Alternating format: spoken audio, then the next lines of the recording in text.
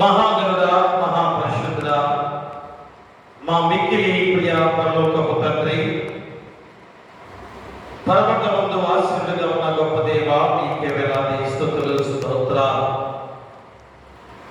గడిచిన దినం నుంచి ఈ దినం వరకు మమ్మల్ని కాచి కాపాడి మీ రెక్కలేలో భద్రపక్షులకు కూడా మీకే వేలాది స్తుతులు స్తోత్రాలు.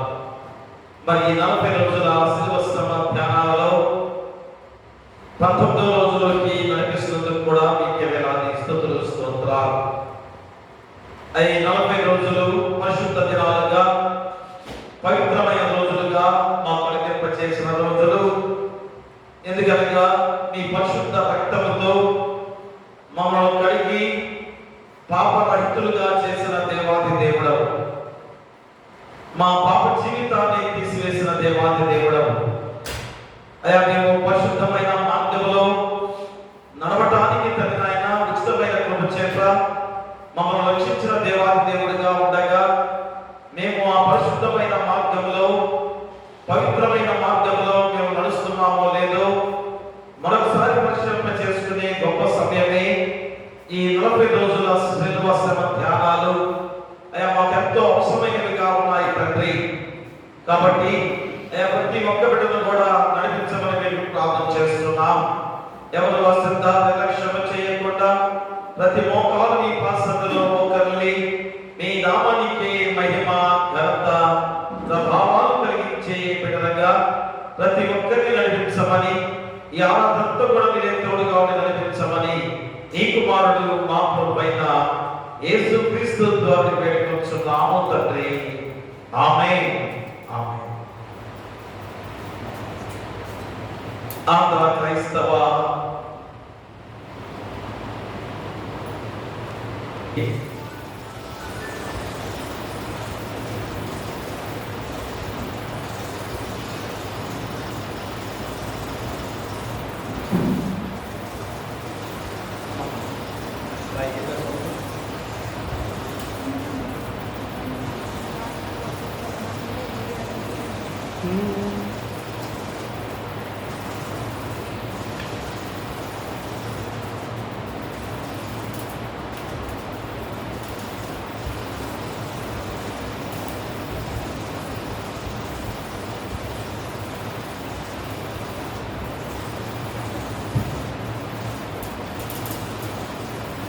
యేసుని 135వ కీర్తన.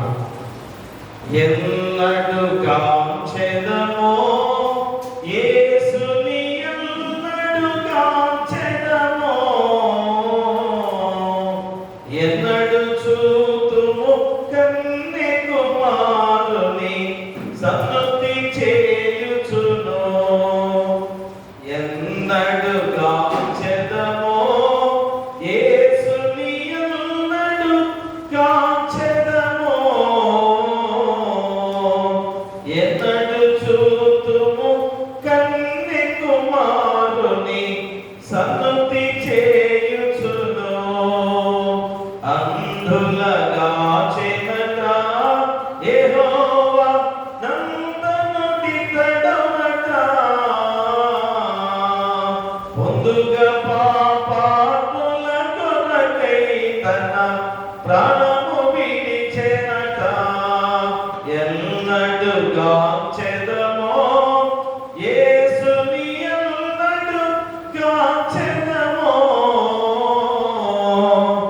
ఎన్నడు చూతుము కన్నె కుమారుని సన్నుతి చేయుచును.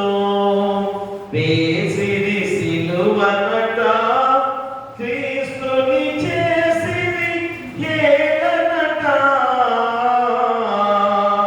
దాసిరి యూదులట పల్లె మోదుసిరి ప్రక్కనట. ఎన్నడు కాంచెదమో యేసుని, ఎన్నడు కాంచెదమో, ఎన్నడు చూతుము కన్నె కుమారుని సన్నుతి చేయుచును. చిందెను రక్తమట పరమ సంతులు తెల్పెనట,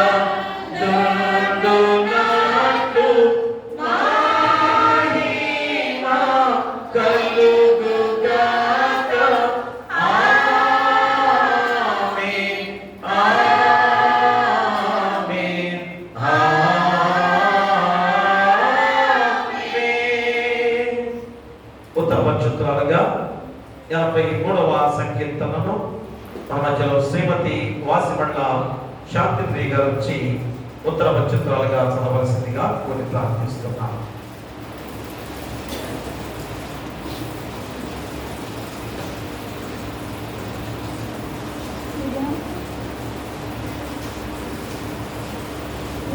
ఏర్పాటు చేయబడిన ఉత్తర పత్రికను ఎప్పుల గ్రంథము 83వ అధ్యాయం.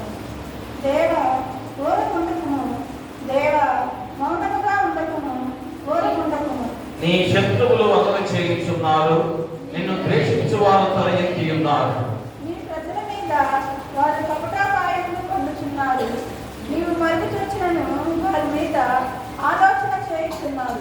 వారు ఇశ్రాయేలును పేరు ఇకను జ్ఞాపకం రాకపోనట్లు జనముగా ఉండకుండా వారిని సంహరించుదము రండని చెప్పుకొనుచున్నారు. ఏక మనసుతో వారు ఆలోచన చేసుకుని ఉన్నారు, నీకు విరోధముగా నిబంధన చేయుచున్నారు. పురాణపు వాసులైన ఎదోమీయులను, ఇశ్రాయేలీయులను, మోయాబీయులను, అగ్రీయులను, యెబూసీయులను, అమ్మోనీయులను, అమాలేకీయులను, ఫిలిష్తీయులను, దూర నివాసులను ఈ విరోధముగా నిబంధన చేస్తూనే ఉన్నారు. అష్షూరు దేశస్థులు వారితో కలిసి ఉన్నారు, లోతు వంశస్థులకు వారు సహాయం చేయుచున్నారు. మిద్యానకులు నీవు చేసినట్టు కిషోరు యొద్దను నీవు సిసెరాకును యాబీయకులకును చేసినట్లు వారికి చెయ్యము. వారు ఎండేరుగా నశించి భూమికి పెంట అయ్యి ఓరేపు జేయేపు అను వారికి నీవు చేసినట్లు వారి ప్రధానులను చేయము. జవహు సల్మున్హ అను వారికి చేసినట్లు వారి సకల రాజులకును చేయము. దేవుని నివాస స్థలములను మనము ఆక్రమించుకొందుమని వారు చెప్పుకొనుచున్నారు. నా దేవా, సుడితిరికి దీవుల వలెనో గాలిత పగుడాకుల వలెనో వారిని చేయము. అగ్ని అడిగిని కాల్చినట్లు, కారు చిచ్చు కొండలను తగలబెట్టినట్లు నీ తుఫాను చేత వారిని తరుము, నువ్వు సుడిగాలి చేత వారికి భీతి పుట్టించము. యెహోవా వారు నీ నామమును వెతుకున్నట్లు వారికి పూర్ణావమానం కలుగు చేయము. వారు నిత్యము సిగ్గుపడి భీతి నొందురుగాక, వారు తమసి నశించుదురుగాక. అందరం కలిసి యెహోవా నామమును ధరించిన నీవు మాత్రమే సర్వలోకములో మహోన్నతుడకు కాక. తండ్రికి కుమారునికి పరిశుద్ధాత్మకు ఆదియందు ఇప్పుడు ఎల్లప్పుడూ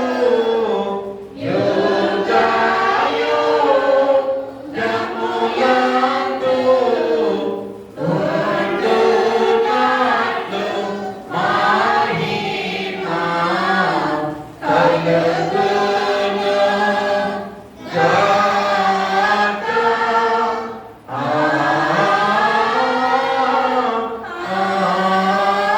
ఆమేన్.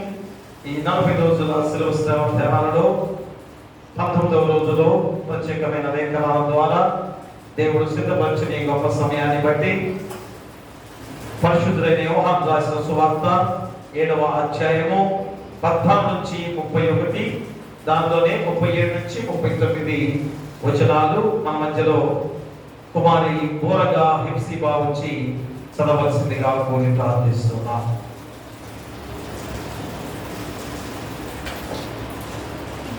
ఏర్పాటు చేయబడిన సువార్త పాఠ్యభాగము యోహాను సువార్త 7వ అధ్యాయము 14వ వచనం నుండి 31వ వచనం వరకు, 37వ వచనం నుండి 39వ వచనం వరకు ఇలా రాయబడింది. సగం పండుగ అయినప్పుడు యేసు దేవాలయంలోకి వెళ్ళి బోధించుచుండెను. యూదులు అందుకు ఆశ్చర్యపడి చెప్పుకొని ఇతనికి ఈ పనిత్యం ఎలా వచ్చినని చెప్పుకొని, అందుకు యేసు నేను చేయబోద నాది కాదు, నన్ను పంపిన వారిదే.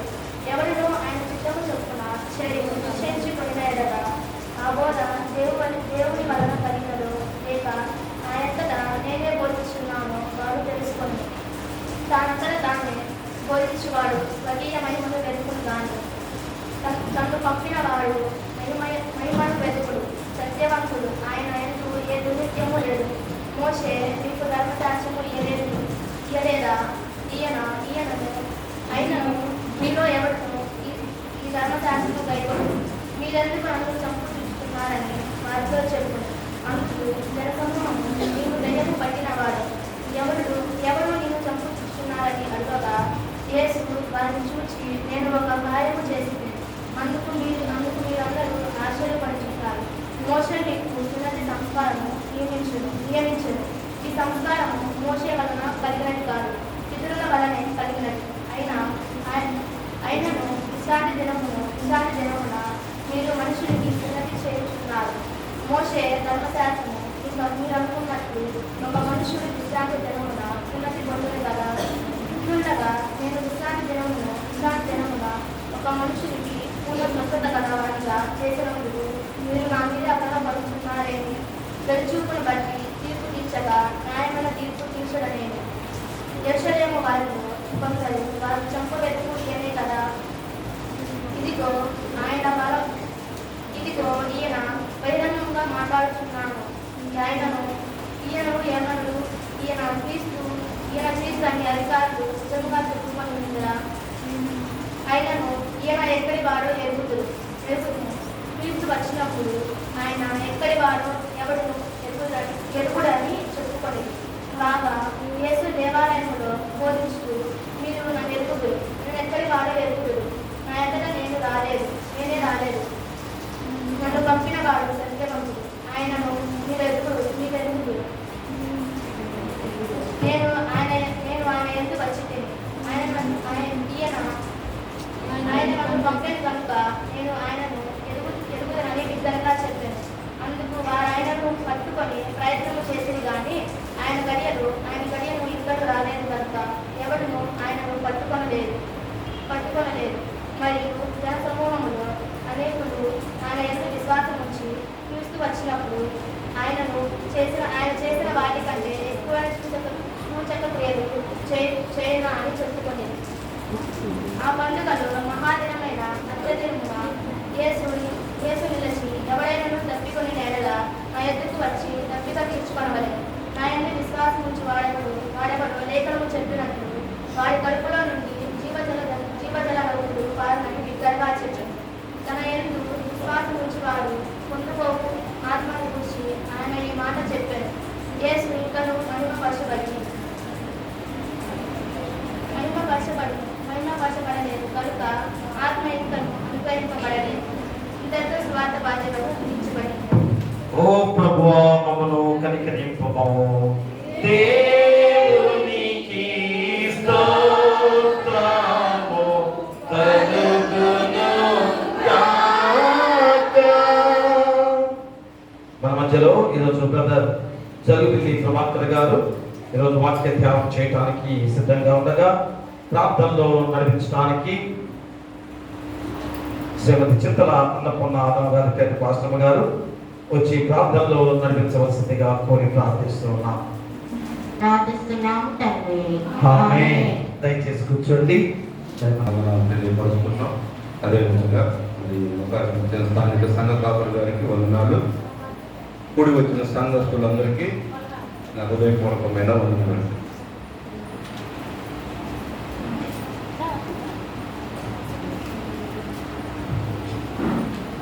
నేటి వాక్యాన్ని ధ్యానించుకుందాం. యోహాను సువార్త 7వ అధ్యాయము 37వ వచనం నుండి 39వ వచనం వరకు నేను చదువుతున్నాను. ఆ పండగలో మహాదినమైన అంత్య దినమున యేసు నిలిచి, ఎవడైనను దప్పికొనిన యెడల నా యొద్దకు వచ్చి దప్పి తీర్చుకొనవలెను. నా యందు విశ్వాసముంచువాడెవడో లేఖనము చెప్పినట్టు వాని కడుపులో నుండి జీవనదులు పారుమని బిగ్గరగా చెప్పాను. తన యందు విశ్వాసముంచువారు పొందబోవు ఆత్మను గురించి ఆయన ఈ మాట చెప్పాను. దేవునికి మహిమ కలుగును. ప్రభునందు ప్రియమైన దేవుని బిడ్డలారా, యేసుక్రీస్తు ప్రభువారు శరీరధారుడుగా ఈ భూమి మీద జీవించిన 33.5 సంవత్సరాలలో 30 సంవత్సరాలు నీలాగా నాలాగే తల్లిదండ్రులకి లోబడి కుటుంబ జీవితాన్ని జీవించాడు. సరే 3.5 సంవత్సరాలు దేవుడు ఆయన్ని భూమి మీదకి ఎందుకు పుచ్చాడో, దేవుడు పంపాడో, ఆయనకి ఏ పని అయితే అప్పగించాడో ఆ పని చేయటంలో సఫలీకృతుడయ్యాడు. దేవుడు తనకి అప్పగించినటువంటి ఆ పనిని సమర్థవంతంగా తను ఈ భూమి మీద మానవుడుగా జరిగించే సమయంలో ఆయన యూదా దేశంలోని బెత్లెహేము గ్రామంలో ఒక నరుడుగా, ఒక మానవుడుగా భూమి మీద జన్మించాడు. యూదులలో ప్రపంచంలో మధ్యలో ఉన్నటువంటి యూదా దేశంలో బెత్లెహేము గ్రామంలో ఒక నరుడుగా ఈ భూమి మీద జన్మించాడు.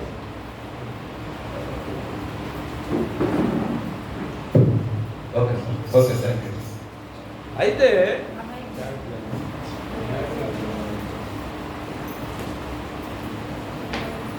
అయితే యూదులలో యేసుక్రీస్తు ప్రభువారు మానవుడుగా జన్మించాడు. మరి ఆయన దేవుడై ఉండి, యోహాను సువార్త 1వ అధ్యాయం 1వ వచనాల్లో ఉంటుంది, చదవద్దులండి. ఆయన వాక్యమే శరీరధారుడుగా కృపాసక్తి సంపూర్ణుడుగా మన మధ్య నివసించుచుండెను. ఆ వాక్యమై దేవుడు వాక్యమై ఉన్నాడు. ఆ వాక్యమే దేవుడు. ఆయన శరీరధారుడుగా ఈ భూమి మీదకి వచ్చాడు. మీరు బాగా అర్థం చేసుకోవడానికి ప్రయత్నం చేయాలి. ఈ విషయం అర్థమైతే కానీ మీకు క్రైస్తవ్యం అంటే ఏందో అర్థం కాదు. ఆ రోజు యూదులకు అర్థం కాని ప్రశ్న ఇంకా చాలా మందికి కూడా అర్థం కాకుండా ఉంది, ఇప్పుడు కూడా, నేటికి కూడా. మరి దేవుడే, దేవాది దేవుడే మనుషులను మరి చేసిన విధానాన్ని బట్టి ఆదికాండంలో దేవుడు తన స్వహస్తాలతో తన పోలిక చేసుకున్న ఈ మానవులు దేవుడు ఉద్దేశ ప్రకారంగా జీవించకుండా దేవుని ఆజ్ఞ అతిక్రమం వల్ల పాపము చేసి వాళ్ళు జీవించిన విధానాన్ని బట్టి దేవుడు ఆవేశం కలిగి గొప్ప జలప్రలయాన్ని సృష్టించి మరి భూమి మీద మానవులను ఉండకుండా చేయాలనేటువంటి ఆలోచనతో గొప్ప జలప్రలయాన్ని చేసింది. అయితే ఆ దినములలో నోవాహు నీతిమంతుడుగా ఉన్నాడు కాబట్టి అతని కుటుంబాన్ని ఆ జలప్రలయం నుంచి కాపాడాడు. తర్వాత దేవుడు సంతాపపడెను అని ఉండింది. ఎందుకు సంతాపపడ్డాడంటే, అయ్యో నా బిడ్డ లేక నేను కదా సహస్తాలతో చేసుకుంది, మరి నా బిడ్డల్ని నేనే నాశనం చేసుకుంటే మరి అట్ట, మరి ఎందుకు ఇంకా నేను చేసుకుంది నా పిల్లల్ని అని ఆయన హృదయంలో పశ్చాత్తాపడ్డాడు. పడి ఇక ఎప్పుడు కూడా ఇలాంటిది నష్టం జరగకుండా ఉండాలంటే మళ్ళీ ఏదన్నా వాన వచ్చి జలప్రలయం వచ్చి పెద్ద భూమి నిండిపోయిందేమోనని వాన ఎక్కువ అయ్యేటప్పుడు కల్లా ఇంద్రధనుసును ఈ సృష్టిలో పెడతాను. ఆ ఇంద్రధనుసు వచ్చిందంటే ఇక వాన ఆగిపోయినట్టే. మీరు కూడా చాలా మంది అంటారు, వాన వెళ్ళిపోగానే ఇంద్రధనుసు వచ్చిందంటే ఇక వాన పడలేదు అని ఒక నమ్మకం. అది దేవునిదే, దేవుడు చెప్పిందే, దేవుడి వాక్యమే. ఇదంతా ఎందుకు చెప్తున్నారంటే మానవుడిని దేవుడు తయారు చేసుకొని దేవుని ఇష్టానుసారంగా దేవునికి ఇష్టడైన బిడ్డగా ఉండాలనుకుంటే తప్పిపోయాడు. కాబట్టి ఆజ్ఞాతిక్రమం వల్ల మానవులను నశింప చేయాలనుకున్నాడు. కానీ తన బిడ్డలు తన స్వహస్తాలతో ఇష్టపూర్తిగా తన పోలిక చేసుకున్న తన బిడ్డల్ని నశింప చేయడంలో ఆయన చాలా పశ్చాత్తాపడి మరి నీతిమంతుడిగా ఉన్న నోవాహుని అతని కుటుంబాన్ని రక్షించాడు. ఇక అతని ద్వారా మరి తరతరాలుగా వచ్చి మరి యేసుక్రీస్తు ప్రభు వారు ఈ భూమి మీదకి రావడానికి కూడా ముందు దాదాపు 400 సంవత్సరాలు చీకటి కాలంగా ఉంది. దేవుడు బిడ్డలతో ఎవరితో కూడా మాట్లాడుతున్న మనుషులతో. యూదులు మరి మెస్సియా కొరకు ఎదురు చూస్తున్నాడు. దేవుడు వస్తాడు, కన్యక గర్భాన పడతాడు అని ఎదురు చూస్తూ ఉన్నారు. మరి ఆ సమయంలో మరి యేసుక్రీస్తు ప్రభు వారు యూదా దేశంలో బెత్లెహేము గ్రామంలో కన్యక పుట్టాడు. దీన్ని కొంతమంది యూదులు విశ్వసించారు, యూదులు కాని వాళ్ళు కూడా కొంతమంది అన్యులు విశ్వసించారు. అయితే కొంతమంది విశ్వసించలేదు. నమ్మలేదు. ఆయన ఏంటి, మనిషే కదా, మరి కుమారుడే కదా, ఆయన ఏంటి అంట మాట్లాడతాడు. ఇప్పుడు మనం చదివినటువంటి లేఖన భాగం అదే సందర్భం. వాళ్ళు ఏమనుకుంటున్నారంటే యూదులు, ఇప్పుడు 7వ అధ్యాయం 14వ వచనంలో, అయితే సగం పండుగైనప్పుడు యేసు దేవాలయానికి వెళ్ళి బోధించుండెను. యూదులు అందుకు ఆశ్చర్యపడి చదువుకోని ఇతనికి ఈ పాండిత్యం ఎట్లు వచ్చిందని చెప్పుకుంటే, అంటే యేసుక్రీస్తు ప్రభు వారు మరి ఆ పండుగలో దేవుడి మందిరంలో యెరూషలేములో ఉన్న మందిరానికి వెళ్ళి వాక్యం చెప్తుంటే వాళ్ళు అనుకుంటున్నారు, ఈ అబ్బాయి మరి అలా అబ్బాయే కదా, ఇతనికి అలా దేవుని మాటలు ఎలా వచ్చినాయి, లేదే వాళ్ళ ఇంట్లో ఎప్పుడు ఎవరు లేడే అని ఒక ఆశ్చర్యంకు గురయ్యి, ఈ అబ్బాయి మన అబ్బాయి కదా అన్నట్టుగా యేసుక్రీస్తు ప్రభు వారిని ఒక మనిషిగా వాళ్ళు ఆలోచిస్తున్నారు. ఆయన దేవాది దేవుడై ఉండి దేవుడు మరి ఇష్టపూర్తిగా తన అద్వితీయ కుమారుణ్ణి భూమి మీదకి పంపించినట్టుగా నమ్మేవాళ్ళు కొంతమంది లేరు ఈదుల్లోనే. అందును బట్టి వాళ్ళు నమ్మట్లేదు. కాబట్టి యేసుక్రీస్తు ప్రభు వారు వాళ్ళతో ఏం మాట్లాడతారంటే 24వ వచనంలో, వెలి చూపును బట్టి తీర్పు తీర్చక న్యాయమైన తీర్పు తీర్చుడే. ఆయన ఈ సందర్భంలో ఎందుకు ఎలి చూపును బట్టి తీర్పు తీర్చక న్యాయమైన తీర్పు తీర్చమంటాడంటే, 5వ అధ్యాయం 11వ సువార్తను చదవద్దండి. ఆయన ఒక పని చేశాడు. బెతస్దా కోనేరు దగ్గర 38 సంవత్సరాలుగా ఒక వ్యాధితో బాధపడుతున్నటువంటి వ్యక్తిని స్వస్థపరిచాడు.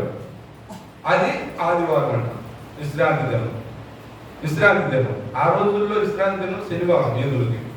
సరే, విశ్రాంతి దినాన ఏ పని చేయకూడదు. అది వాళ్ళకు ఒక నిబంధన. ఎవరిచ్చారు? మోషే ద్వారా దేవుడిచ్చాడు. అంతే కదంటారా? మోషే ఇచ్చాడంటారా? మోషే ద్వారా దేవుడిచ్చాడు.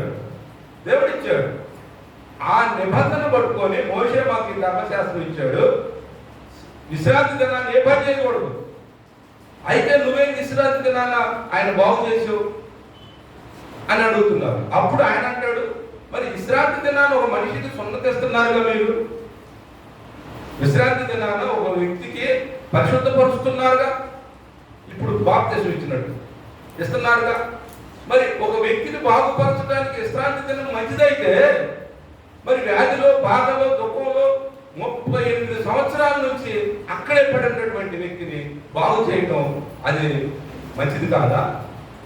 ఒక వ్యక్తి బాగుపడటం మంచిది కాదా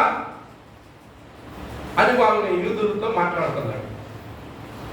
అయితే ఒక వ్యక్తి బాగుపడటం మంచిదో కాదో నాకు తర్వాత విషయంగానే, నువ్వు విశ్రాంతి దినాన్ని పనిచేయడం మాత్రం తప్పు అంటారు. ఆ మాటకి యేసుక్రీస్తు ప్రభు వారు ఏమంటారంటే, వెలి చూపును బట్టి కాదు, ఇప్పుడు చేసిన పనిని బట్టి కాదు. దాని భావం ఏంటి, ఏ ఉద్దేశంతో దేవుడు మీకు ఆ వాక్యాన్ని విశ్రాంతి దినాన్ని పవిత్రంగా పాటించండి అని చెప్పాడు? ఏ భావంతో? ఆ రోజు పని చేస్తున్నారు, ఒక్కరోజు దేవుడి మందిరంలో గడపండి అని ఆ ఒక్కరోజును ప్రత్యేకించాడు దేవుడు. అయితే అది మంచి కోసం. ఒకవేళ ఆ రోజు నీకు ఏదన్నా ఆపద వచ్చిందనుకో, నువ్వు ఆ పని చేసుకుంటున్నావుగా మేలు కొరకు. మరి ఇప్పుడు స్వస్థపడితే వచ్చిన బాధ ఏంటి? అయితే అందుకని దానికి ఒప్పుకోవట్లేదు. ఇదే ఈ ఆచార సాంప్రదాయం ఒప్పుకోవట్లేదు. అందుకని యేసుక్రీస్తు ప్రభు వారిని వాళ్ళు వెలి చూపు ద్వారా మాత్రమే చూస్తున్నారు. ఆయన ఒక దేవుడు అని సర్వ సృష్టిని నోటి మాటతో కలుగు చేసినప్పుడు దేవుని శబ్దం అయి ఉన్నాడు, వాక్ అయి ఉన్నాడు. భూమిని కలుగునుగా కంటే కలిగింది, ఈ సూర్యచంద్రుడు కలుగునుగా కంటే కలిగిని. ఆ కలిగినప్పుడు ఏదైతే దేవుడు ఆ మాట అన్నాడో ఆ మాటే క్రీస్తుని, ఆ క్రీస్తునే దేవుడు అభిషేకించి భూమి మీదకి పంపించాడని, ఆయనే యేసని, ఆ యేసే 33.5 సంవత్సరాలు భూమి మీద జీవించి దేవుని చిత్తాన్ని నెరవేర్చి విజయోత్సాహంతో మరణాన్ని జయించి తిరిగి లేచాడని, మళ్ళీ ఆ మహిమైశ్వర్యంతో ఈ భూమి మీదకి రాబోతున్నాడు సంఘాన్ని తీసుకెళ్ళడానికి నమ్మం. అప్పుడు వరకు మరి ఆయన ఒక మాట చెప్పాడు, నేను వెళుతూ మీకు మంచిది, నేను వెళితే ఆదరణకర్త వస్తాడు, ఆయన నాలోని తీసుకొని మీకు బోధిస్తాడు. సత్యస్వరూపైన ఆత్మ మిమ్మల్ని సర్వసత్యంలోనికి నడిపించింది, మిమ్మల్ని సర్వసత్యంలోనికి నడిపించింది అని చెప్పాడు. ఆ సర్వసత్యంలోకి నడిపించేది ఏంటి? పరిశుద్ధాత్మ. పరిశుద్ధాత్మ. మరి యేసుక్రీస్తు ప్రభువు వారు దేవుడిగా ఉన్నాడు, సర్వ సృష్టిని కలుగు చేసినప్పుడు. మరి దేవుడుగా ఉన్నటువంటి అతను మరి క్రీస్తుగా అక్కడ అభిషేకించబడి భూమి మీదకి శరీరధారుడుగా యేసు అనే నామకరణంతో వచ్చాడు. భూమి మీదకి వచ్చిన అతనికి యేసు అని పెట్టారు. యేసు అంటే రక్షకుడు అని అర్థం. ఆయన తన ప్రజలని, ఆయన తన పాపములు, వాళ్ళ పాపముల నుండి ఆయన రక్షించును కనుక ఆయనకి రక్షకుడు అనే పేరు పెట్టారు. అది రక్షకుడు అనే పేరు, యేసు అనే పదం. అయితే ఆయనే రక్షించును కనుక ఆయనకు రక్షకుడు అని పెట్టారు. ఆ రక్షకుడు ఆ పాపాన్ని, శాపాన్ని ఈ ప్రజల మీద, భూమి మీద ఉన్న ఈ ప్రజల మీద ఉన్నటువంటి ఆ శాప భారాన్ని మొత్తం ఆయన జయించి ఆయన తన భుజాల మీద వేసుకొని వీళ్ళ కొరకు ఆయన శ్రమపడి మన పాపాన్ని అంతా తుడిచివేసి ఆయన ప్రాణం పెట్టి పవిత్రమైన రక్తాన్ని కార్చి, అమూల్యమైన విలువైన రక్తాన్ని కార్చి ఆ మన పాపానికి వెల చెల్లించి మనల్ని ఆయన విడిపించాడు. విడిపించి నేనే మార్గమును, నేనే సత్యమును, నేనే జీవమును, నా ద్వారా తప్ప ఎవడును తండ్రి యొద్దకు చారలేడని చెప్పాడు. ఆయన చూపిన మార్గములు, యేసు ఏ మార్గములో అయితే ఈ భూమి మీద జీవించాడు అంటే మీకు అర్థం అంటే ఏ మార్గం అంటే ఈ రోడ్నే పోయాడని కాదు నా ఉద్దేశం. ఈ రోడ్నే పోయాడు, ఇక్కడికి వెళ్ళి ఆ తాడిచెట్లు కడతాడు, తిరిగాడు కదా. మార్గము అంటే నడవడి, ప్రవర్తన. భూమి మీద ఆయన ఏ విధంగా జీవించాడు, ఆ జీవించిన విధానం మనల్ని కూడా ఆ విధానంలో జీవించమంటున్నాడు. ఆ విధానంలో అప్పుడే ఆ పరలోక రాజ్యము మనకు దొరుకుతుంది. ఆ విధంగా ఉండడానికి మరి యేసుక్రీస్తు ప్రభు వారు వెళ్ళిపోయాడు కదా, ఇంకా మనకి ఇక్కడ ఎవరున్నారని ఆయన శిష్యుడు మళ్ళీ పోయి చేపలు పట్టుకుంటున్నాడు. అప్పుడు దేవుడు మళ్ళీ వారిని బలపరిచి, పరిశుద్ధాత్మ శక్తితో బలపరిచి మళ్ళీ వారిని నిలబెట్టినప్పుడు అద్భుత కార్యాలు చేశాడు. పేతురు ప్రసంగం చేస్తే ఒక ప్రసంగంలో 3000 మంది బాప్తిస్మం తీసుకున్నారు. అలాంటి గొప్ప కార్యాలు ఆయన శిష్యులు చేశారు. పరిశుద్ధాత్మ వరము వాళ్ళు పొందుకున్న తర్వాత ప్రభువును ప్రేమైన దేవుడు పెట్టారా, పరిశుద్ధాత్మ జలముకు సాదృశ్యంగా ఉంది కదా. మనకు ఇవ్వబడినటువంటి అంశము యేసే జీవజలము. యేసే జీవజలం. మరి జీవజలం అంటే ఏంటి? పరిశుద్ధాత్మ సాదృశ్యం. మరి యేసు ఎవరు?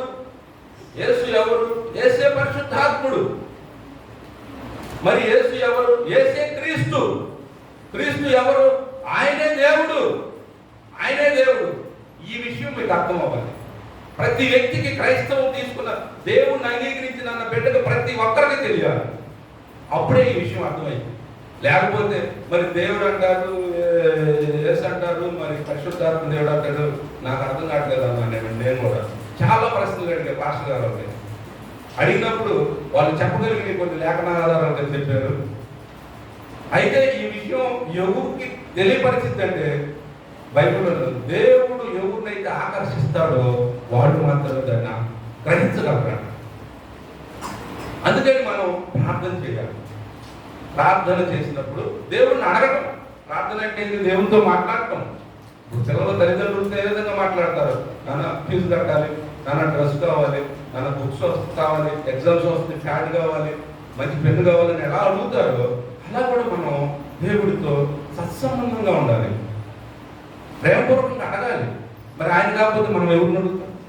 మనం ఎవరు ఉండాలి? మనకు ఆయనే కదా. ఆయన ఎందుకు సర్వ సంపదలో ఉంది.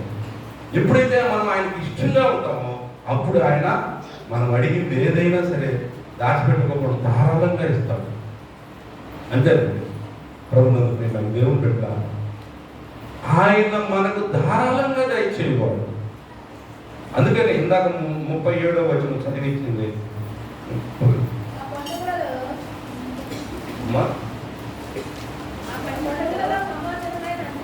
ఆ పండుగలో మహాదినమున అంటే దినమున యేసు తెలిసి ఎవడైనా దప్పికొని ఎడల నా యొద్దకు వచ్చి దప్పి తీర్చుకొనవలెను. నా యందు విశ్వాసం ఉంచువాడెవడో లేఖనము చెప్పినట్టు వారి కడుపులో నుండి జీవనదులు పారునని బిగ్గరగా చెప్పాను. మరి జీవనదులు బిగ్గరగా పాడాలి అంటే మరి మనం కూడా అడుగుతామా? పాట ఒకటి ఉంది కదా, నాకు పెద్ద పాట కాదు, మీరు కలిసి పాడితే నేను కూడా సహకరిస్తాను. కానీ సందర్భాన్ని బట్టి మనం ప్రార్థన అన్నమాట. అది దేవుణ్ణి అడగటం. జీవనదిని నా హృదయంలో ప్రవహించుమయ్య అనేది ఒక చరణం పాడి, ఒక పల్లవ పాడి, ఒక చరణం పాడడం. 299వ పాట. జీవనది హృదయములో ప్రవహింపచేయుమయ్యా. జీవనది నా హృదయములో ప్రవహింపచేయుమయ్యా.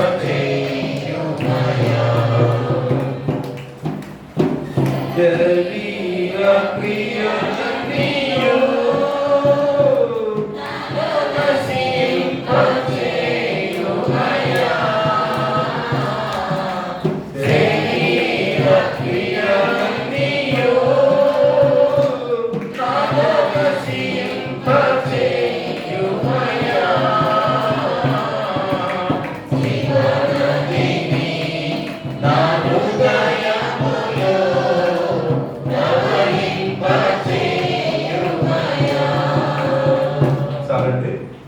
ప్రభునందు ప్రియమైన దేవుని బిడ్డలారా, ఇప్పుడు మరి మనం లెంట్ డేస్ లో ఉన్నాం.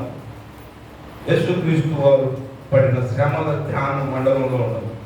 మన బిడ్డలు చాలా మంది ఈ ఉపవాస దీక్షగా ఉంటూ 40 రోజులు దీక్ష చేసుకున్నారు, కొంతమంది 20 రోజులు. మరి కొంతమంది ఒక వస్త్రధారణ లేకపోయినా కూడా మరి ఫాస్టింగ్ ఉంటూ దేవునితో సత్సంబంధం కలిగి దేవునితో సహవాసం చేసే బిడ్డలు కొంతమంది ఉంటారు. అందుని బట్టి వెళ్లి చూపును బట్టి కాక న్యాయమైన తీర్పు తెచ్చమంటున్నాడు దేవుడు. ప్రభునందు ప్రియమైన వాళ్ళందరూ కూడా దేవునిలో బలపడటానికి, ఈ యేసుక్రీస్తు పొందిన ఈ శ్రమలు దినాలలో మన ఆత్మీయత జీవితాన్ని పెంపొందించుకోవటానికి, మనం దేవునితో సత్సంబంధం కలగటానికి దేవునితో ఉపవాస దినాలు మరి సహవాసంగా ఉంటున్నాం. మరి ఒక వ్యక్తితో సహవాసం చేసేస్తానంట ఈ లోకంలో ఒక 6 నెలలు చేస్తే ఒక వ్యక్తితో ఎవరితోటైనా సరే వాడు వీడవుతాడంట, వీడు వాడవుతాడంట. మీరు ఎప్పుడన్నా ప్రయత్నించి చూడండి. ఒక దొంగ బాగా పేరు మూసినట్టు సమాసం చేశారంట 6 నెలలు, ఆటోమేటిక్గా మనం కూడా అతని అలవాట్లు వచ్చేస్తాయంట. లేదు, ఒక దేవుని నమ్ముకున్న ఒక విశ్వాసి, ఒక సేవకుడు దేవునితో అండుగట్టబడి మరి యథార్థంగా, నీతిగా, భక్తిగా తన ఉంటూ ఏబు ఎలా అయితే ఉన్నాడు దేవుని చేత సాక్ష్యం పొందినటువంటి వ్యక్తిగా, ఒకవేళ ఎవరన్నా ఉంటే అతనితో కూడా మనం స్నేహంగా ఉంటే ఒక 6 నెలలు గడిచేసరికి మనం కూడా అతనిలో అయిపోతూ ఉంటాం. నిజమండి, నిజం. జ్ఞానులతో సహవాసం చేసిన వాడు జ్ఞానవంతుడు అదురు. సామెతల్లో ఉంది పదం.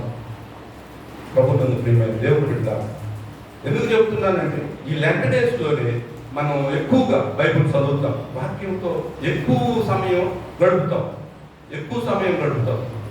అందుకని ఆ వాక్యంతో సహవాసం చేసినప్పుడు మన ఆత్మీయ జీవితాన్ని పెంపొందించుకోవడానికి అవకాశం ఉంటుంది. ఏదన్నా కానీ ఒకవేళ మనకు తెలిసి తెలియక ఈ శరీర క్రియలు, ఒకవేళ దేవునికి అయిష్టంగా ఉన్నటువంటి క్రియలు మనలో ఉన్నాయి అనుకో, వాటిని ఈ లెంట్ డేస్లో వదిలేసుకుంటాం. ఆ శరీర క్రియలు జయించే శక్తిని మనకు ఇయ్యాలని మనం ఎప్పుడైతే దేవుడిని అడుగుతామో దేవుడు మనకు దయచేస్తాడు. మనం బలపరుస్తాడు. ఒక తండ్రిని ఏ బిడ్డ అయితే అడిగి, నాన్న నాకు ఇది కావాలి, ఎగ్జామ్ రాయడానికి నాకు పెన్ను కావాలి, ఆ ఎగ్జామ్ రాస్తే మంచి పొజిషన్లో ఉంటాను, నా జీవితం బాగుపడిద్దని ఆ బిడ్డ అడిగితే ఏ తండ్రి ఇదండి, ఏ తల్లి ఇదండి, ఇస్తారా లేదా? మరి మీరే అడిగితే మరి దేవుణ్ణి అడిగితే దేవుడు ఈడ తప్పకుండా ఇస్తాడు. అయితే మనం విశ్వాసంతో అడగాలి, పరిపూర్ణమైన విశ్వాసంతో అడగాలి, పరిపూర్ణమైన విశ్వాసంతో. సంశయం పడకూడదు, ఎత్తాడా ఈడా అని అడగకూడదు, అనుకోకూడదు. ఆ బిడ్డ ఆ తండ్రిని ఇప్పుడు పిన్నడికి ఎత్తాడా ఈడ ఎక్కడ రాతను రాయను దాన్ని జీతం ఏమైపోయిందో అనేటువంటి ఒక అపనమ్మకం ఉండకూడదు.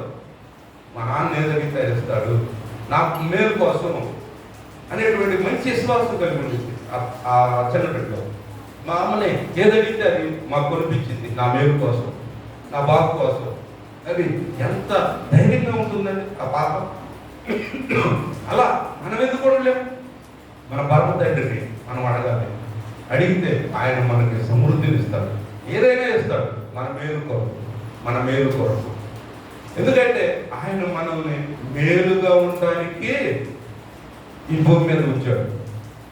అందుకనే మేలు చేసిన వాళ్ళు జీవ పునరుద్ధానానికి, కీడు చేసిన వాళ్ళు నరకానికి, శిక్షకు సంబంధించిన పాతాళానికి అప్పచెప్పబడతారు.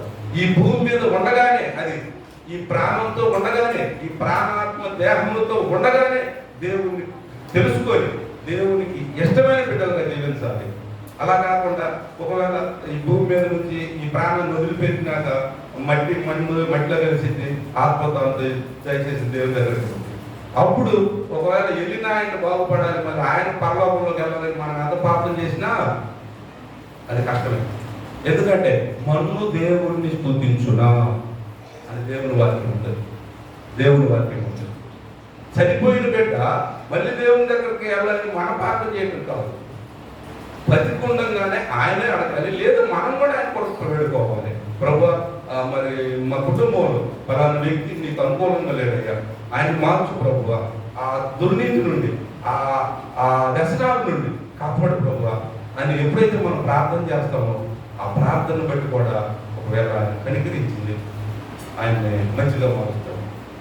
ఈ కుటుంబంలో సహోదరుడు అవ్వచ్చు, కుటుంబ యజమాని అవ్వచ్చు, లేదు కుటుంబంలో యజమానురాలు అవ్వచ్చు, నీ బిడ్డలు అవ్వచ్చు, ఎవరన్నా కానీ ప్రార్థన చేసి దేవుడిని అడిగినప్పుడు ఆయన ఖచ్చితంగా బలపరుస్తాడు. దేవుని బిడ్డ ఈ ఉపవాస కాలంలో ఉండాలి. ఆ జీవ నదులు మన హృదయాల్లో పారాలంటే మన ఆత్మీయతతో నింపుకొని ఉండాలి. ఇప్పుడు పరిశుద్ధాత్మ దేవుడు మనల్ని సంఘాన్ని ముస్తాబు చేస్తున్నాడు. మీకు తెలుసు, వివాహానికి ముందుగా వధువు వరుడు ఇంటికి వచ్చినప్పుడు ఎక్కువగా ఇక్కడ పెళ్లి లేనప్పుడు సహజంగా అటు నుంచి వస్తారు కాబట్టి మా ఇంటికాడ ఎవరో ఒకరు విడిదింటి కాడ ఉంటారు. అప్పుడు వీళ్ళు వచ్చి ఆ విడిదింటి కాడ నుంచి తీసుకొచ్చి పెళ్లి కూతురు ఇంటికాడ పెడతారు. అట్ట విడిదింటి కాడ నుంచి ఇంటికా పెళ్లింటికి తీసుకొచ్చి పెళ్లింటి కాడ నుంచి చర్చికి తీసుకొచ్చేటప్పుడు వధువుని ఏ విధంగా అయితే సిద్ధపరుస్తారో ఆ పెళ్లి కార్యక్రమం కోసం, ఆ విధంగా ఈరోజు పరిశుద్ధాత్మ దేవుడు సంఘాన్ని సిద్ధపరుస్తున్నాడు. అందుకనే ఈరోజు ఆత్మచేత నింపబడినగా కాబట్టి మీరు ఈరోజు దేవుడి సన్నిధిలో కూర్చున్నారు. ఈరోజు నేను దేవుడి మాటలు తెలియపరుస్తున్నానంటే దేవుడు బలపరిస్తే తప్ప ఇది కేవలం నా శక్తి చేత, నా బలం చేత ఏది కాదు. నిజంగా మీ బాబు అయితే, మీ బాబు అయితే, నా పేరు బాబు అని మీకు ఎక్కువ తెలుసు కాబట్టి ఆ చెప్పరం మెట్లు ఎక్కడానికి కూడా అర్హుడు కాదు. దేవుడిని బలపరిస్తే తప్ప మనం దేనికి పుట్టికరాం. ప్రభుత్వం దేవుడు బిడ్డలారా, దేవుడు బలపరిచి వాడుకోవాలి. మనం దేవునికి ఇష్టలై ఉంటారు. ఎవరైతే దేవునికి ఇష్టలై ఉంటారో ఆయనకి ఆయన దేవుడు ప్రేమిస్తాడు. దేవునికి ఇష్టలు లేకుండా అసాధ్యం అన్నమాట దేవుడి రాజ్యంలో చేరడం. ప్రభుత్వం మరి సమయం అయింది. మరి మనమందరం కూడా మన హృదయాల్లో ఆ జీవ నదులు వారి కృప పరిశుద్ధాత్మ దేవుడు మీకు మాకు సంఘం అంతటి కూడా దయచేయాలని కోరుకుంటూ అటు కృప అందరికీ దేవుడు దయచేయునుగా. ఆమేన్.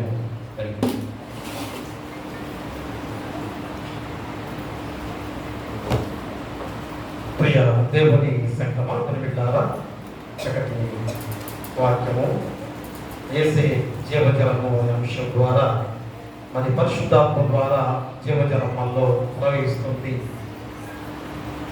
మరి మన జీవితాలు మరి ఏ రీతిగా ఉన్నాయో మనందరం కూడా ఆయనే జీవజలముగా ఉండగా మనము పగిలిపోయిన తొట్టి అనగా పగిలిపోయిన కొండ పైన కొండలో నీరు ఎంత పోసినా కానీ ఉందా? ఉండదు కదా. కాబట్టి మా జీవజలము ఆయన అయి ఉండగా మరి ఆయన్ని మనము స్వీకరించకుండా మన జీవితాలు ఏ రీతిగా ఉన్నాయో మరి ఒక చిన్న అంశ వాక్య రెఫరెన్స్ చూసుకొని ఇర్మియా గ్రంథం చూడండి ఒకసారి. ఇర్మియా గ్రంథంలో 2వ అధ్యాయం చూడండి. ఇర్మియా గ్రంథం 2వ అధ్యాయంలో 13వ వచనాన్ని చదవండి. నా జనులు 2 నేరములు చేసి ఉన్నారు, జీవ జన్మల ఓటమై నన్ను విడిచి ఉన్నారు. తమ కొరకు తొట్లను అనగా బద్దలై నీళ్లు నిలవని తొట్లను తొలగించుకుని ఉన్నారు. చూడండి, ఇర్మియా ప్రవక్త ద్వారా చెప్పిన ఈ మాట మరి ఎలాగా నెరవేర్చబడిన గొప్ప విధానంలో మనందరం కూడా ఉన్నాం. ఎందుకంటే జీవ జన్మల ఓటమై నందు విడిచి ఉన్నారు. తమ కొరకు తొట్లను అనగా బద్దలై నీళ్లు నిలవని తొట్లను తొలగించుకుని ఉన్నారు. ప్రియారా, కాబట్టి ఈరోజు యేసే జీవజలముగా ఆయన మూలముగా ఉన్నాడని ఈరోజు మరి చక్కటి వాక్యం ద్వారా మనం గుర్తు చేసిన గొప్ప విధానం. ఎందుకంటే జీవజలపు మూలమైన క్రీస్తుని వదిలి మనుషులందరూ కూడా జీవిస్తుండగా ఆయనే క్రీస్తుగా ఈ లోకానికి వచ్చి ఆ జీవజలాన్ని ఇచ్చిన యేసుక్రీస్తు వారిగా మన మధ్యలో మన దేవాది దేవుడు. కాబట్టి ఆ జీవజలాన్ని మా పరిశుద్ధాత్మ ద్వారా మనలో ఎలాగా ప్రవహింప చేసుకున్న గొప్ప విధానాన్ని కూడా మరి చక్కటి పాఠం ద్వారా జీవనదిని నాలో ప్రవహింప చేయమయ్యా అనే పాట మన చాలా గొప్ప అంశానికి తగ్గ పాటగా ఉన్న గొప్ప విధానం. కాబట్టి ఆ జీవజలము పరిశుద్ధాత్మ ద్వారా మనలో ప్రవేశిస్తున్నప్పుడు మనం ఏం చేయాలి? మా ఆత్మఫలాలు ఫలింప చేసుకునే వారిగా ఉండాలి. యేసే జీవజలముగా ఉండగా ఆ జీవజలము మనలో ప్రవహిస్తుందంటే ఆత్మఫలాలు మనలో ఫలించాలి. అప్పుడే యేసే జీవజలముగా మనకు తోడుగా ఉన్న దేవాది దేవుడిగా మన కొరకు ఆయన శిలువపై బలియాగంగా అర్పించుకొని మనం రక్షించిన దేవుడిగా మరి చక్కటి వాక్యాన్ని గుర్తు చేసిన మరి జరుగుతుంది ప్రభాకర్ గారు బ్రదర్. మరి ఎందుకనగా చక్కటి ట్రైనింగ్ కూడా చేసి మరి చక్కటి వాక్యాన్ని కూడా అందించిన మరొకసారి మరి ప్రభాకర్ గారికి మరి సంఘం తరఫున మా కుటుంబం తరఫున నిండు వందనం తెలియజేసుకుంటున్నాం. మరి ఆ దీవికర విధానంలో మనందరం కూడా ఆ పరిశుద్ధాత్మ ద్వారా ఆ జీవజన్మంలో ఉంది కనుక ఇతరులు కూడా ఆశీర్వాదకరంగా నడిపించే వారిగా ఉండాలి. అట్టి కృప మీకు ఉండాలని కోరుతూ మీకును మీ కుటుంబాలకును సదాకాలము దేవుడు తోడైతుడు గాక. ఆమేన్. దహన బలి నీకు నానిస్తము మరియు దైవ పాలులో విరిగినయా మాయే యెహోవా దేవా విరిగి నలిగిన ఎత్తి హృదయమాక్షము చేయవు దిగటాక్షంబుతో సీయోనుకు ఇప్పుడే నెనలు తోడతో మేలు సేయుము ప్రాకారంబుగాను యెరూషలేమునకు ప్రాకారములను కట్టింపుము అంతటా నీతియుక్తములు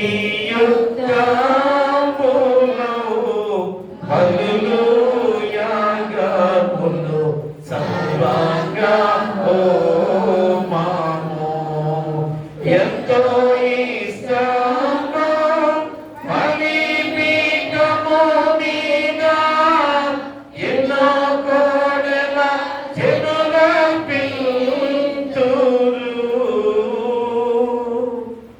దయచేసి ఈరోజు పోపూరి మాణిక్యరావు గారి జ్ఞాపకార్థం 14 సంవత్సరాల నుండి 5వ సంవత్సరంలో ప్రవేశించుండగా మరి వారి సతీమణి గారు పోపూరి రాజేశ్వరి గారు, కుమార్తె పి అక్షయ, కుమారుడు పి పోపూరి నరసింహరాజ్ మరి కుటుంబం తరఫున మరి తండ్రి గారిని జ్ఞాపకం చేసుకుంటూ వారి సతీమణిగా భర్త గారిని జ్ఞాపకం చేసుకుంటూ ఈ 2 ధ్యానాల్లో మనందరం ఉన్నాం కనుక మరి దేవాలయంలోనే ప్రార్థన తీసుకొచ్చి ప్రార్థనలో పెట్టి ఉండగా మరి వారి కుటుంబం కొరకు మనందరం కూడా ప్రార్థన చేద్దాం.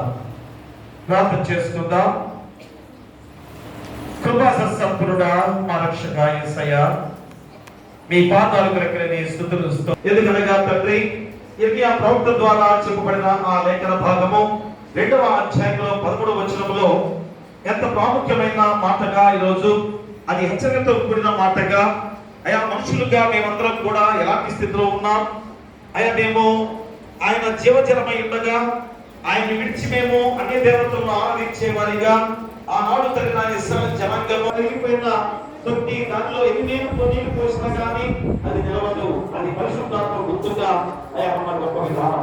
అయా నీళ్ళు పరిశుద్ధాత్మ గుర్తుగా ఉన్నప్పుడు అయా కొండలో ఆ కొండలుగా హృదయాన్ని ఎన్ని పరిశుద్ధాత్మ వారికి అయా ఆత్మీయ దృష్టి ద్వారా ఆ జీవజలం ఇచ్చే ధన్యత అయా మేమందరూ కూడా పొందుకున్న వారమే తండ్రి. కాబట్టి జీవజలాన్ని ఇచ్చే యేసుక్రీస్తు వారిగా ఉన్నాడని 2వ అంశం ద్వారా మాకు గుర్తు చేస్తున్నారు. అయా 3వ అంశముగా పరిశుద్ధాత్మ ద్వారా జీవజలం మనలో ప్రవహించుట అనే అంశం ద్వారా ఆయన జీవజలం ఇచ్చేవాడు మరి మనలో మాత్రమే ఉండదు అని గుర్తు చేస్తూ అది ఇతరులకు కూడా ఆశీర్వాదకరంగా ప్రవేశింపచేసే విధానంలో ఆ పరిశుద్ధాత్మ ద్వారా ఆ జీవజలాన్ని మనలో ప్రవహింపజేస్తున్నాడని గుర్తు చేస్తున్నారు. కాబట్టి జీవజలం పొందిన వారు ఎలాంటి లక్షణాలు కలిగి ఉండాలి, పరిశుద్ధాత్మతో నిండిన జీవితం కలిగి ఉండాలి, ప్రేమతో నిండిన హృదయం కలిగి ఉండాలి. ఇతరులను ప్రార్థన చేస్తున్నా. అలాగే ఉత్తరపక్షులు చదివిన వారు, బైబిల్ వాక్యాన్ని చదివిన వారు, ఆయన ప్రార్థన చేసిన వారు అందరూ కూడా దీవించి ఆశీర్వదించమని వీళ్ళకి ప్రార్థన చేస్తున్నాం. ఎందుకంటే చిన్న బిడ్డలైనా కానీ అయా వాక్యం చాలా ఎక్కువగా ఉన్నా కానీ ఎంత చక్కగా చదివిన విధానమే. ఎందుకంటే ధైర్యంగా ముందుకు సాగాలి. ఈ యొక్క 40 రోజులు కూడా అది ఒక ట్రైనింగ్ గా కూడా పిల్లలు తీసుకోవాల్సిన బాధ్యత. కాబట్టి వచ్చిన అవకాశాన్ని అయా చేజార్చుకోకుండా బిడ్డలు చక్కగా ప్రార్థన చేస్తున్నారు, అయా వాక్యాలు చదువుతున్నారు, అయా ప్రార్థన చేసే బిడ్డలుగా ఉన్న గొప్ప విధానం బట్టి అయా వారందరినీ కూడా దీవించి ఆశించి బలపరచమని వేదికను ప్రార్థన చేస్తున్నాం. మరి సమయంలో తండ్రి ఉన్న వాక్యాన్ని ఫలింపు చేయండి.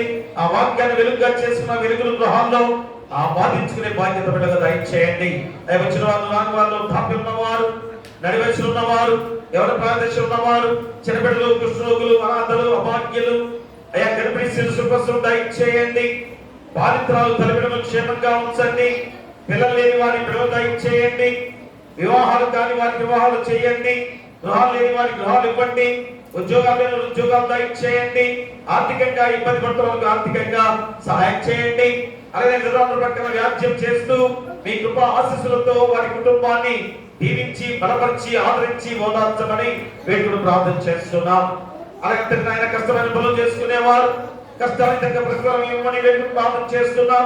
ఆయన అనారోగ్యంతో బాధపడుతూ సంఘంలో గాని గ్రామంలో గాని హాస్పిటల్లో గాని ఉన్నవారు, అలాగే మా సంఘంలో చాలా మంది ఆయా గుండె ఆపరేషన్లు, తల ఆపరేషన్లు, థైరాయిడ్ సమస్య, చర్మ వ్యాధులు, అలాగే ఆయన కాలు గాయాలు, చేతి గాయాలు, వెన్నుపూస గాయాలైన వారు, కడుపులో గడ్డలో ఆపరేషన్ జరిగిన బిడ్డలు, అలాగే ఆయన కొన్ని గాయాలు అకస్మాత్తుగా జరిగిన గాయాల విషయంలో కూడా మేము ప్రార్థన చేస్తున్నాం.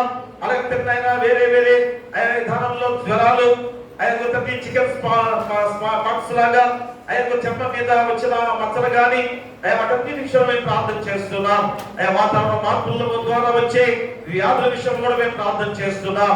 యేసు నామములో గద్దించి మీ హస్తాలతో తాకి ముట్టి స్వస్థపరచమని వేడుకను ప్రార్థన చేస్తున్నాం.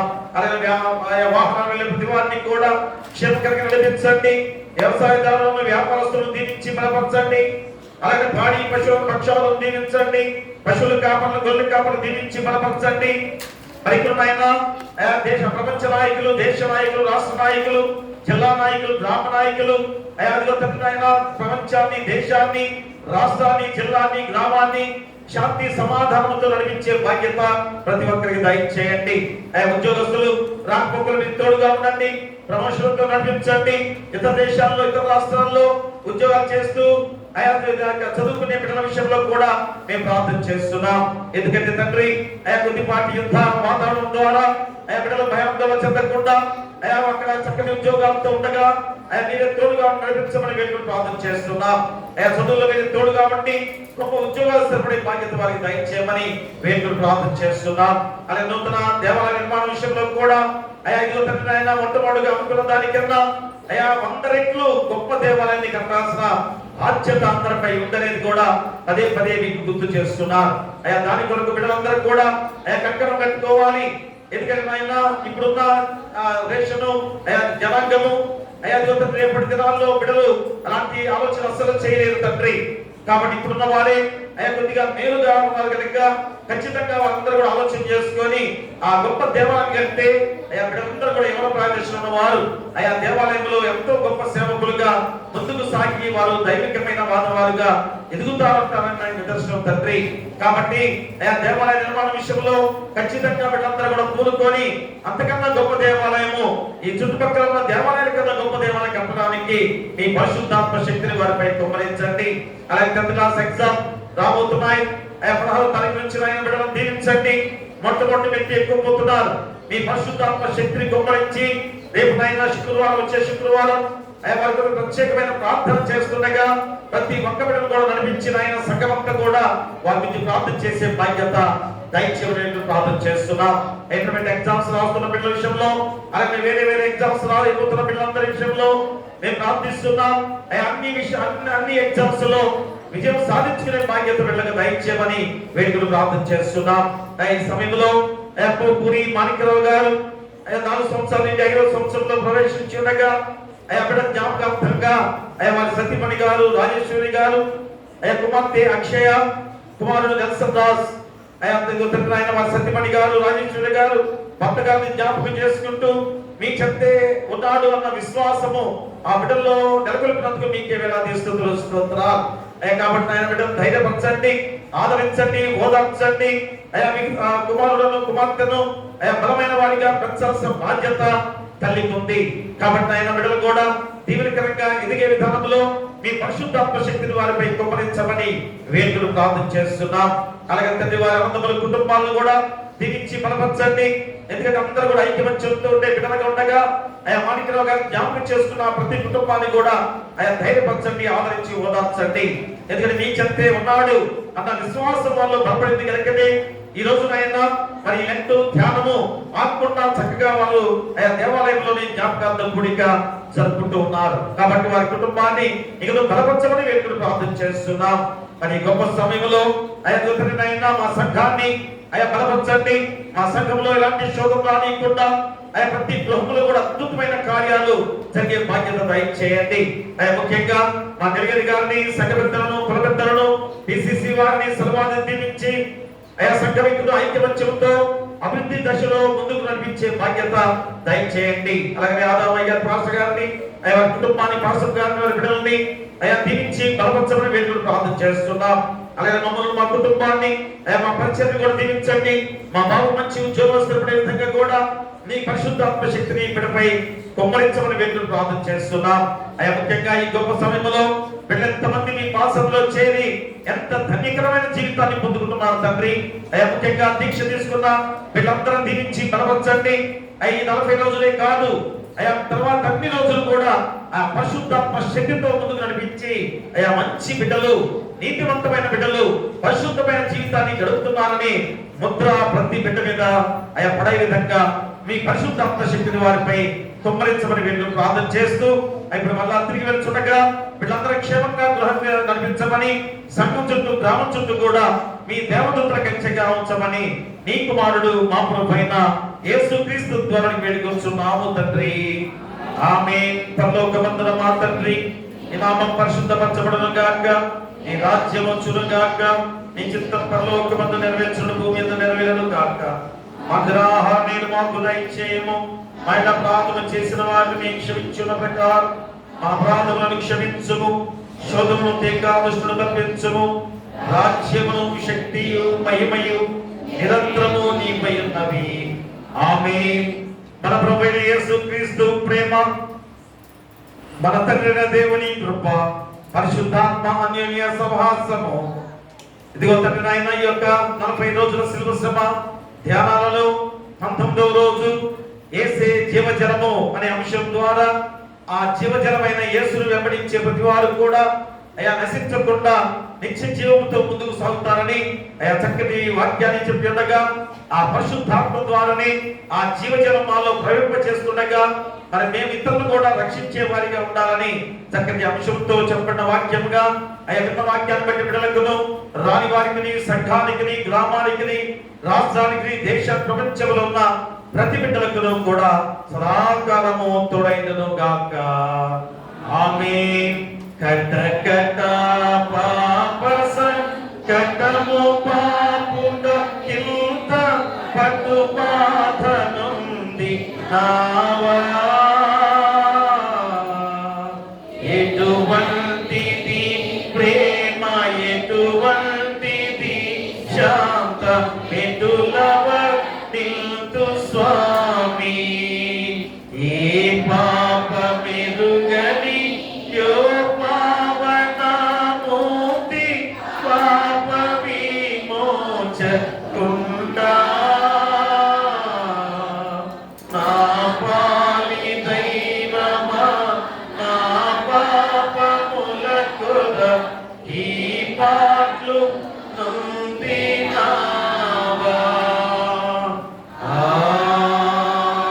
ఆమేన్. దేవతాంది ఉన్నామంతరం. God bless you. Thank you. దయచేసి